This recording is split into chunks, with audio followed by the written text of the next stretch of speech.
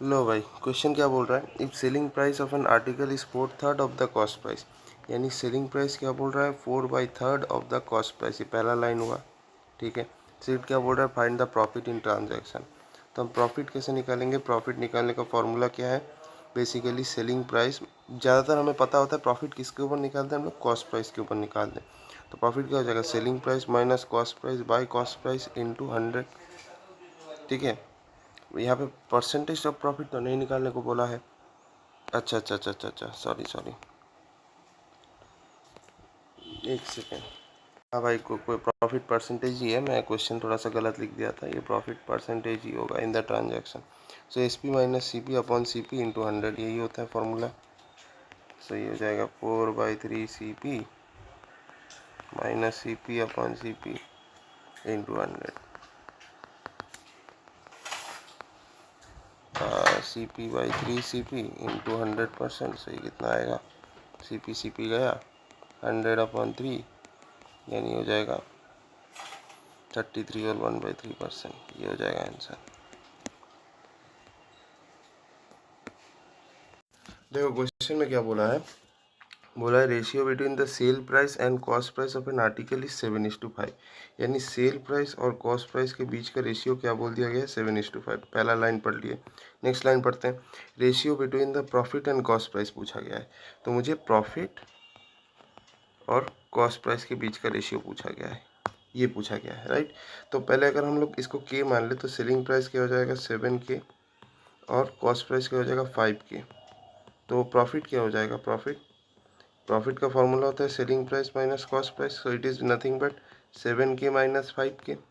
तो ये कितना आता है, 2K आएगा, है ना, 2K आएगा। तो मुझे profit is to cost price पूछा है, प्रॉफिट क्या है 2K is to cost price क्या है 5K। तो ये क्या हो जाएगा 2:5, 2:5, ये हमारा आंसर आना चाहिए। चलिए इस क्वेश्चन को भी लाइन बाय लाइन रीड करते हैं। If an article is sold for ₹X, there is a loss of 15%, यानी सेलिंग प्राइस क्या बोला है X, सेलिंग प्राइस क्या बोला है X, और क्या बोल रहा है कि there is a loss of 15%। Loss कितने परसेंट का है, 15%। ठीक है, तो एक चीज़ ध्यान से देखो, अगर मेरा कॉस्ट प्राइस 100 है, ठीक है, तो मेरा सेलिंग प्राइस कितना होना चाहिए, 15% का लॉस है, तो मेरा सेलिंग प्राइस 85 होना चाहिए, सही बात है। अब ध्यान से एक चीज़ देखना, वो ये है कि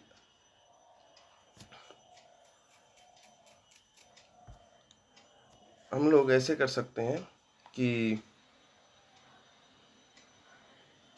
सेलिंग प्राइस अगर ऐसा है, नहीं देखो डायरेक्टली हम ऐसे नहीं निकाल सकते। सेलिंग प्राइस X है, ठीक है, लॉस 15% है, तो क्या हम कॉस्ट प्राइस निकाल सकते हैं, तो मुझे सेलिंग प्राइस से हमें कॉस्ट प्राइस की तरफ जाना है। तो सेलिंग प्राइस से अगर कॉस्ट प्राइस जाना है तो मुझे क्या करना पड़ेगा, कॉस्ट प्राइस से सेलिंग प्राइस जाते हैं तो न्यूमरेटर में चेंजेस करते हैं, सेलिंग प्राइस से कॉस्ट प्राइस की तरफ जाएंगे तो डिनोमिनेटर में चेंजेस करने पड़ेंगे, राइट। तो अगर डिनोमिनेटर में चेंजेस करने पड़े तो इसका मतलब क्या हो जाएगा, कॉस्ट प्राइस निकालने का फॉर्मूला क्या हो जाएगा, 100/100 minus loss into selling price, ये तो होना चाहिए, बिल्कुल सही बात है। सो कॉस्ट प्राइस क्या हो जाएगा, 100 लॉस हो रहा है 15% का, यानी नहीं नहीं नहीं नहीं नहीं नहीं नहीं नहीं, कुछ गलत कर रहा हूँ मैं। कॉस्ट प्राइस अगर मैं, अच्छा इसको मैं इस तरह से नहीं करता हूँ, एक सेकेंड रुको। If an article is sold for ₹X, then there is a loss of 15%। ठीक है, अगर सेलिंग प्राइस को हम X मान लेते हैं, लॉस 15% का हो रहा है, ठीक, बहुत बढ़िया। अब तो फिर कॉस्ट प्राइस तो मुझे कुछ मानना पड़ेगा ना, तो कॉस्ट प्राइस एक काम कर लेते हैं, कॉस्ट प्राइस को हम P मान लेते हैं, कॉस्ट प्राइस हमारा P हो जाता है। तो फिर लॉस हो रहा है 15% का, तो तुम मुझे बताओ सेलिंग प्राइस हम कैसे निकालेंगे, लॉस या प्रॉफिट इनटू कॉस्ट प्राइस, यही तो फॉर्मूला होता है, यही एक ही फॉर्मूला आप याद रखना। तो सेलिंग प्राइस क्या हो जाएगा, X which is equal to loss into cost price. Loss कैसे निकालेंगे, 15% का लॉस हुआ है, so 100 minus 15/100 into cost price क्या है P। तो X का वैल्यू क्या आ जाएगा, 85/100 इंटू P, ये आ जाएगा X का वैल्यू। अब ध्यान से देखो, if the same article is sold for ₹Y, then profit is 15%, यानी क्या बोल रहा है, अगर हम लोग वाई रुपीज़ में उसी आर्टिकल को बेचते हैं तो 15% का प्रॉफिट हो रहा है। तो हमारा तो कॉस्ट प्राइस पी ही है, कॉस्ट प्राइस पी है, तो सेलिंग प्राइस और कॉस्ट प्राइस के बीच का रिलेशन इसमें क्या होगा, selling price equals to profit into cost price, यही तो होगा।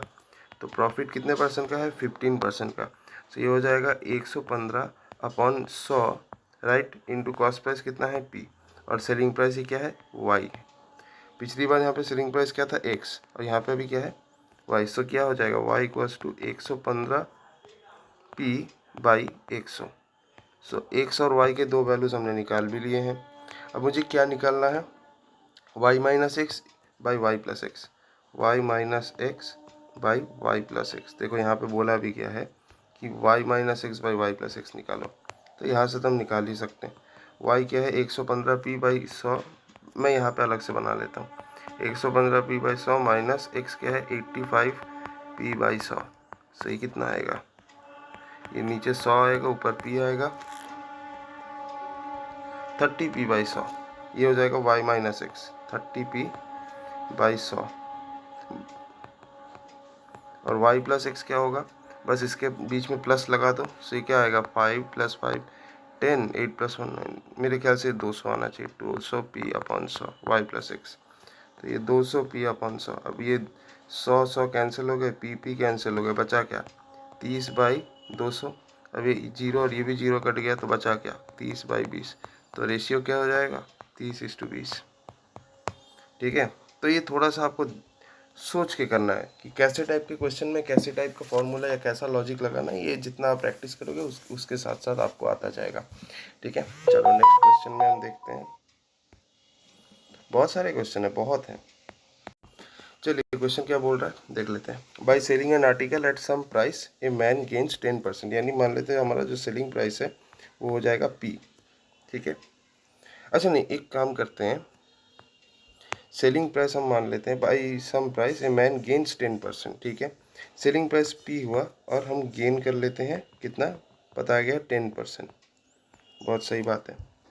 तो एक काम करो, हम ऐसा मान लेते हैं कि अगर 10% का गेन हुआ है, इसका मतलब अगर हम लोग कॉस्ट प्राइस 100 मान लेते हैं, कॉस्ट प्राइस 100 मान लेते हैं, तो अगर 10% का गेन हुआ तो सेलिंग प्राइस क्या होना चाहिए, 110। तो ये मैंने इंटरप्रेट कर लिया। ठीक है, नेक्स्ट ध्यान से देखो क्या बोल रहा है, if the article is sold twice the price, मतलब उसका जो प्राइस है उसका दुगना अगर बेचा गया, तो उसका प्राइस क्या है 100, तो सेलिंग प्राइस क्या हो जाएगा, ट्वाइस द कॉस्ट प्राइस। तो ये क्या होगा, 2 × 100, तो ये क्या बोला गया है, तो क्या होगा, सेलिंग प्राइस 200, सेलिंग प्राइस 200। अब मुझे गेन का परसेंटेज निकालना है, क्या मैं निकाल सकता हूँ, बिल्कुल, क्यों नहीं निकाल सकता। तो गेन परसेंटेज हो जाएगा तुम्हारा, जो सेलिंग प्राइस है वो माइनस जो कॉस्ट प्राइस है वो अपॉन कॉस्ट प्राइस इंटू 100%। तो ये कितना परसेंट का गेन हो रहा है बताओ, 100% का गेन हो रहा है कि नहीं, 100% का गेन हो रहा है। ठीक है, नहीं रुक जा, ये थोड़ा सा आई थिंक ये थोड़ा गलत हो गया, ऐसे नहीं करना है, ऐसे होगा तो मुश्किल है, हमेशा वैसे नहीं करना है। मान लेते हैं कि कोई एक प्राइस है, कॉस्ट प्राइस हम एक्स मान लेते हैं, ठीक है, एक्स ही मान के करना। ठीक है, अब यहाँ पे क्या है, आर्टिकल एट सम प्राइस है मैन गेन्स 10%। ठीक है, तो सेलिंग प्राइस क्या होगा, गेन हो रहा है अगर 10% का, तो सेलिंग प्राइस क्या हो जाएगा, बेसिकली जो कॉस्ट प्राइस है प्लस गेन, सो 10/100 इंटू कॉस्ट प्राइस, सो ये हो जाएगा 110x/100। बहुत सही बात है, बहुत सही बात है। अब क्या बोल रहे थे, article is sold twice the price. ठीक है, अभी कॉस्ट प्राइस कितना है, x है। ठीक है, कॉस्ट प्राइस कितना है, x है। अब ट्वाइस द प्राइस बेच रहे हैं, if the article is sold twice the price. अब इस लाइन का मतलब समझिए, ट्वाइस द प्राइस का मतलब क्या है, ट्वाइस द सेलिंग प्राइस, इसका जो प्राइस है इसका दुगना। ठीक है, ट्वाइस द प्राइस का मतलब ट्वाइस द सेलिंग प्राइस। ये इंटरप्रिटेशन अगर आपने कर लिया, ये इंटरप्रिटेशन अगर आपने कर लिया तो इस क्वेश्चन को आप सॉल्व कर लिए। Twice the selling price. तो अभी मेरा जो नया सेलिंग प्राइस है वो क्या होगा, वो क्या होगा, इसका दुगना, यानी ये कितना हो जाएगा 220x बाई 100, ये हो जाएगा नया सेलिंग प्राइस। तो गेन परसेंटेज पूछा गया है आपसे, तो गेन परसेंटेज क्या हो जाएगा, गेन परसेंटेज निकालने का फॉर्मूला क्या है, selling price minus cost price upon cost price into 100%। तो ये क्या हो जाएगा 220x by 100 minus x by x into 100%। तो ये कितना आएगा 120x बाई 100x इंटू 100%। और देख लेना करके 100 कट गए, x कट गए, तो कितने परसेंट का प्रॉफिट हुआ, 120% का प्रॉफिट हुआ। ये आंसर है। तो कभी कभार जो होता है ना, लोग भाषा को इंटरप्रेट नहीं कर पाते हैं, ठीक है, तो इसीलिए गलतियाँ होती है। अगर आपने इसका भाषा जो है इसको इंटरप्रेट कर लिया तो फिर आपकी गलती होने के चांसेस बहुत कम हो जाएंगे। तो भाषा को इंटरप्रेट करना आना चाहिए। ओके, देखिए क्वेश्चन क्या बोल रहा है, if the selling price is double the profit triples. ठीक है, तो एक काम करते हैं, अगर ऐसा है और मुझे प्रॉफिट का परसेंटेज चाहिए, ठीक है, बहुत सही बात है। तो यहाँ पे तो ऐसे क्वेश्चन में ना हमें कॉस्ट प्राइस के बारे में बताया गया ना ही सेलिंग प्राइस के बारे में बताया गया। तो मैं एक काम करता हूँ, यहाँ पे जो है ना कॉस्ट प्राइस को x मान लेता हूँ और सेलिंग प्राइस को y मान लेता हूँ। तो प्रॉफिट क्या हो जाएगा, प्रॉफिट निकालने का फॉर्मूला तो हो जाएगा selling price minus cost price. So ये हो जाएगा तुम्हारा y माइनस एक्स, राइट, ये हो जाएगा प्रॉफिट। अब ध्यान से देखो क्या बोल रहा है, if the selling price is doubled. ठीक है, सेलिंग प्राइस अगर डबल हो जा रहा है तो हमारा प्रॉफिट ट्रिपल हो जा रहा है। तो इसका मतलब हम क्या लिखेंगे, 2 into selling price is equals to 3 into profit. ठीक है, बहुत सारे क्वेश्चंस सामना करना पड़ेगा तुम्हें। तो सेलिंग प्राइस क्या है Y, so 2 into Y is equals to 3 into profit. Profit क्या है वाई माइनस एक्स, सो लिख दिया मैंने। तो यहाँ से क्या आ रहा है 2y equals to 3y minus 3x, यहाँ से आएगा 3x equals to Y, 3x equals to Y. तो मेरा प्रॉफिट सेलिंग प्राइस क्या है वाई, तो सेलिंग प्राइस अभी क्या हो जाएगा 3x हो गया। अब मुझे प्रॉफिट परसेंटेज चाहिए। प्रॉफिट परसेंटेज कैसे निकालेंगे, सिंपल सा, अब तो क्वेश्चन में कुछ बचा नहीं है, selling price minus cost price by cost price into 100%। So selling price क्या है 3x, 3x ही था, हाँ, minus x upon x into 100%। देख लेते हैं एक बार, 3x है और कॉस्ट प्राइस x है। सही बात है।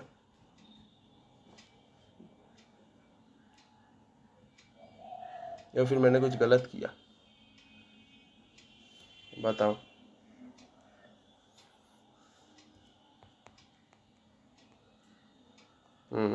सेलिंग प्राइस इज डबल्ड,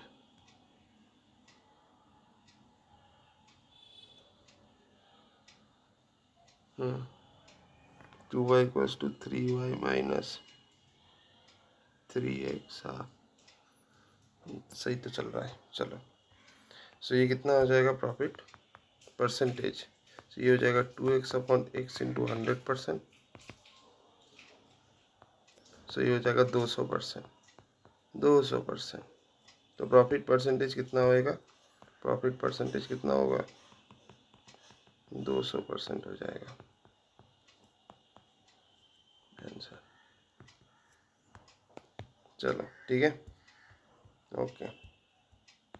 चलिए सवाल को पढ़ते हैं, क्या बोला है, at what profit percent an article should be sold. ठीक है, किस प्रॉफिट परसेंट में हमें आर्टिकल को बेचना चाहिए, so that by selling that at half of the price. ठीक है, मतलब जिस प्राइस से हम खरीदे हैं उसका आधा में अगर हम बेचें तो देयर में भी 30% लॉस।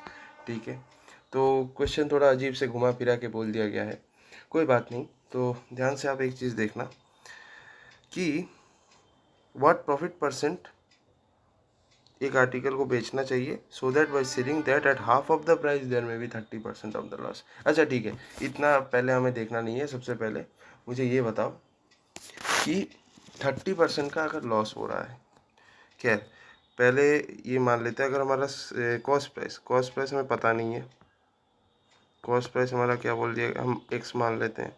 अब हम सेल कर रहे हैं हाफ ऑफ द प्राइस, तो सेलिंग प्राइस क्या हो जाएगा x/2। अब मुझे क्या करना है, 30% का लॉस हो रहा है, 30% का लॉस हो रहा है, ठीक है।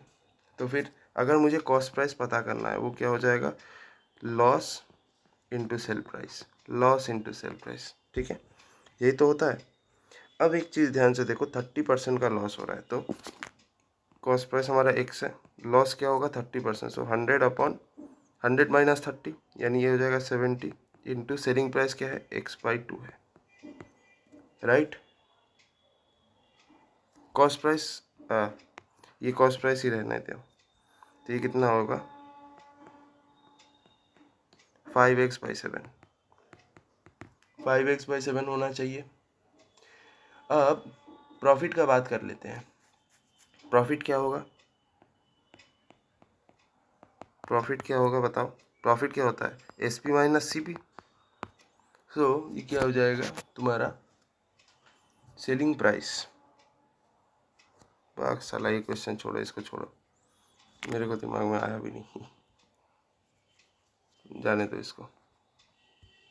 ओके, तो ये वाला क्वेश्चन जो है ये हमारा RRB का क्वेश्चन है, RRB 2006 में पूछा गया है। ये वाला क्वेश्चन क्या बोला है, Ashok buys a car at 20% discount and sales at 20% higher price. Okay, इसका मतलब क्या है, अगर मैं कॉस्ट प्राइस एट 20% डिस्काउंट में अगर खरीद रहा है, ठीक है, तो अगर कार का प्राइस हम मान लेते हैं, कार का जो ओरिजिनल प्राइस था वो है 100 रुपया, एंड ये 20% डिस्काउंट में खरीद रहा है, तो कॉस्ट प्राइस उसका कितना पड़ा, 80 रुपया, 20% डिस्काउंट हो रहा है, और उसको वो 20% हायर प्राइस में बेच रहा है, वो उसको 20% हायर प्राइस में बेच रहा है, तो फिर वो कितने में बेच रहा है बताओ। अब तुम यहाँ पे सोचो कि 20% हायर प्राइस में बेच रहा है, यानी वो इसके ऊपर बेच रहा होगा, नहीं भैया, ये इसके ऊपर बेच रहा है, ठीक है, तो सेल्स एट 20% हायर प्राइस, ठीक है। मुझे पता आधे लोग यही सोचेंगे इसके ऊपर 20% का प्राइस लगा दिया, नहीं भैया, इसके ऊपर नहीं, इसके ऊपर लगाया है, तो सेलिंग प्राइस क्या हो जाएगा मेरे भाई, सेलिंग प्राइस हो जाएगा 120 रुपया। बहुत सही बात है, तो परसेंटेज गेन पूछा गया है, परसेंटेज गेन क्या हो जाएगा तुम्हारा, 120 माइनस 100 डिवाइडेड बाई 100 इंटू 100, तो ये कितना होगा, 20% का गेन हो रहा है कि नहीं,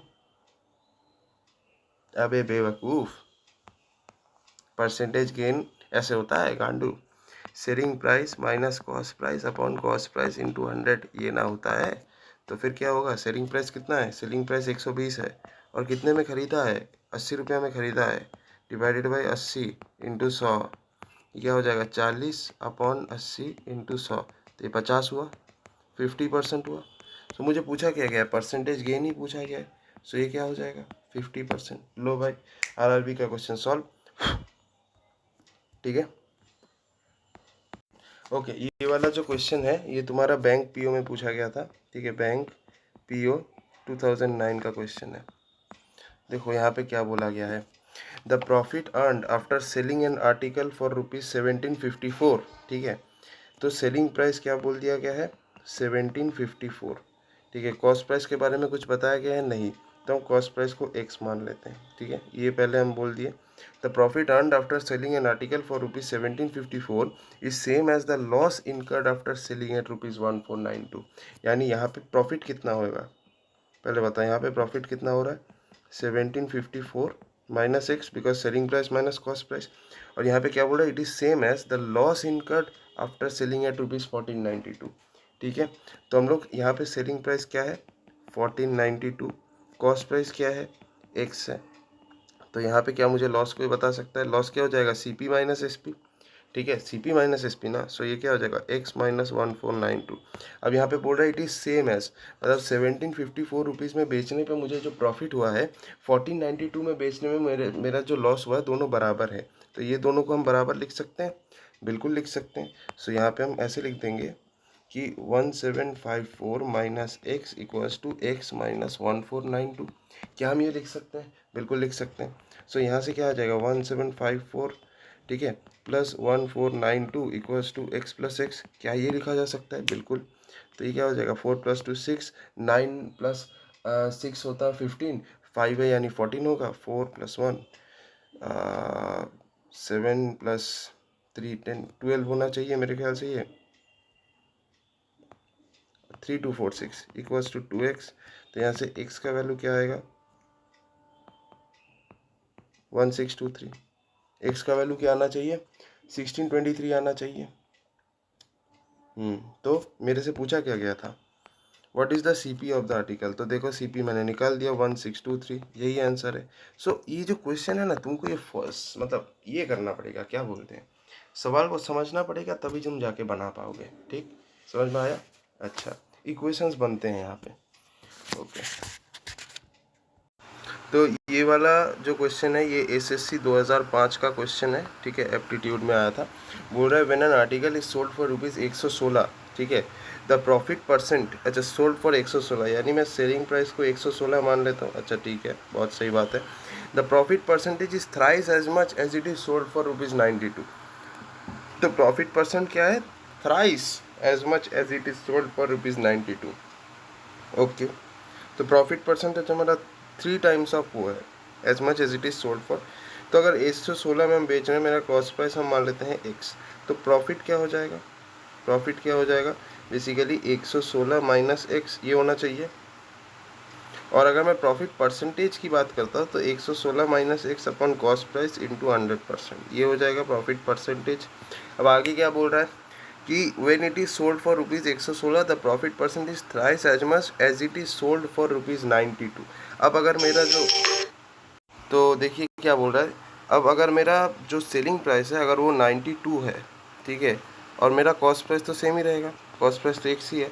तो अभी अगर मैं प्रॉफिट परसेंटेज पूछता हूँ आपसे तो वो क्या हो जाएगा बेसिकली 92 माइनस एक्स अपॉन जो हमारा कॉस्ट प्राइस है वो इंटू 100%। अब देखिए अकॉर्डिंग टू क्वेश्चन क्या बोला है, profit is thrice as much as it is sold for rupees 92।